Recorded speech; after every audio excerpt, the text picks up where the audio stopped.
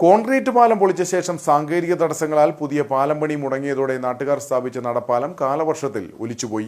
കാഞ്ചിയാർ കക്കാട്ടുകട തോവരയാർ റൂട്ടിലെ കുഴിയോടിപ്പടി പാലമാണ് ശക്തമായ മഴവെള്ളപ്പാച്ചിലിൽ ഒലിച്ചുപോയത്. ഇതോടെ 100ഓളം കുടുംബങ്ങൾ ദുരിതത്തിലായി. കോൺക്രീറ്റ് പാലം പൊളിച്ച ശേഷം സാങ്കേതിക തടസ്സങ്ങളാൽ പുതിയ പാലം പണി മുടങ്ങിയതോടെ നാട്ടുകാർ സ്ഥാപിച്ച നടപ്പാലമാണ് കാലവർഷത്തിൽ ഒലിച്ചുപോയത്. മുൻപ് ഇവിടെയുണ്ടായിരുന്ന പാലം 2.5 വർഷം മുൻപാണ് പൊളിച്ചു നീക്കിയത്. MLA ഇടപെട്ട മുഖ്യമന്ത്രിയുടെ ദുരന്ത നിവാരണ ഫണ്ടിൽ നിന്ന് 35 ലക്ഷം രൂപ പാലം നിർമ്മിക്കാനായി അനുവദിച്ചിരുന്നു. മണ്ണ് പരിശോധന നടത്തിയപ്പോൾ നിശ്ചിത താഴ്ചയിൽ പാറയുടെ സാന്നിധ്യം സ്ഥിരീകരിച്ചതോടെ കൂടുതൽ ഫണ്ട് ആവശ്യമായി വന്നു. ഇതോടെ ഗ്രാമപഞ്ചായത്ത് അംഗം ഷാജി വേലമ്പറമ്പിൽ 13 ലക്ഷം രൂപ കൂടി ലഭ്യമാക്കി. ടെൻഡർ നടപടികൾ പൂർത്തിയാക്കി കരാർ നൽകിയതോടെയാണ് പാലം പൊളിച്ചത്. അടിത്തട്ടിലെ പണികൾക്കായി മണ്ണുമാന്തി യന്ത്രം ഉപയോഗിച്ച് ജോലികൾ ആരംഭിച്ചപ്പോഴാണ് മുൻപ് പാറയുടെ സാന്നിധ്യം സ്ഥിരീകരിച്ചിരുന്നതിനേക്കാൾ 5.5 അടി കൂടി താഴെയാണ് പാറയെന്ന് വ്യക്തമായത്. ഇതോടെ 74 ലക്ഷം രൂപയായി എസ്റ്റിമേറ്റ് പുതുക്കി. അവശേഷിക്കുന്ന തുക ജില്ലാ പഞ്ചായത്തിൽ നിന്ന് വകയിരുത്തിയെങ്കിലും പണികൾ ആരംഭിക്കുന്നതിന് മുൻപ് ഡിസൈനിൽ വീണ്ടും മാറ്റം വേണമെന്ന് ഉദ്യോഗസ്ഥർ നിലപാടെടുത്തു. ഡിസൈൻ വീണ്ടും മാറ്റിയതോടെ എസ്റ്റിമേറ്റ് തുക 1 കോടിയായി ഉയർന്നു. 35 ലക്ഷം രൂപ ഉപയോഗിച്ച് ഇരുവശങ്ങളിലും അടിത്തറയും തൂണുകളുടെ കുറച്ചു ഭാഗവും നിർമ്മിച്ചെങ്കിലും അവശേഷിക്കുന്ന പണികൾക്ക് ഫണ്ടില്ലാത്ത സ്ഥിതിയിൽ ജോലികൾ മുടങ്ങുകയായിരുന്നുവെന്ന് ഗ്രാമപഞ്ചായത്ത് അംഗം ഷാജി വേലമ്പറമ്പിൽ പറഞ്ഞു.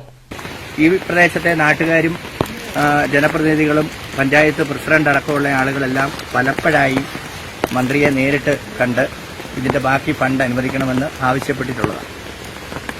പലതവണ അദ്ദേഹം ഈ പാലം പണിയുന്നതിനാവശ്യമായിട്ടുള്ള ഫണ്ട് അനുവദിക്കാം എന്ന് ഈ പ്രദേശവാസികൾക്ക് പൂർണ്ണമായി ഉറപ്പും നൽകിയിട്ടുള്ളതാണ്. പക്ഷേ 2.5 വർഷക്കാലമായിട്ട് ഈ പാലം പണി അതിന്റെ 35 ലക്ഷം രൂപയുടെ പണി മാത്രമാണ് നടന്നിട്ടുള്ളത്. അതിന്റെ ഫൗണ്ടേഷൻ ഇട്ടതല്ലാതെ മേലിലേക്കുള്ളൊരു പാലത്തിന്റെ നിർമ്മാണം നടത്തിയിട്ടില്ല.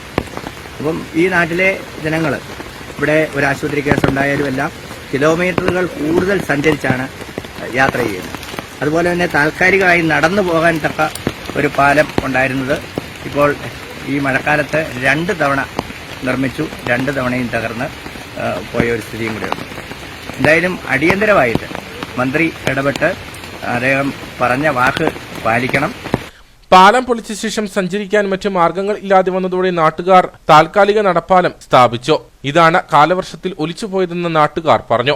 വാക്കാൽ പലതവണ വന്ന് പറയുകയും ഞാൻ എന്നോട് നേരിട്ട് പറഞ്ഞതാണ്. മുരിക്കാട്ടുകുടി ഡ്രൈവർ സ്കൂളിൽ വെച്ച് അദ്ദേഹമായിട്ട് സംസാരിച്ചപ്പോൾ പറഞ്ഞു, താൻ എന്നത്തെയാണ് വ്യാകുലപ്പെടുന്നത്, ഞാനല്ലേ പറഞ്ഞത് പാലം തീർത്ത് തന്നേക്കെന്ന് പറയുകയും ചെയ്താണ്. ഇത്രയും കാലമായിട്ട് ഇപ്പം ഞങ്ങൾ ഒരു തടിപ്പാലം അവിടെ ഇട്ടേക്കുന്നത്. ആ തടിപ്പാലത്തെ കൂടെ ഞങ്ങൾക്ക് സഞ്ചരിക്കാൻ ബുദ്ധിമുട്ടാണ്. പള്ളിയിൽ പോകാനോ കുഞ്ഞുങ്ങൾക്ക് സ്കൂളിൽ പോകാനുള്ള ഏറ്റവും വലിയ പ്രശ്നം. ഇവിടെ ഒരു വഴിയില്ല ഞങ്ങൾക്ക് കടന്നു പോകാൻ വേണ്ടി.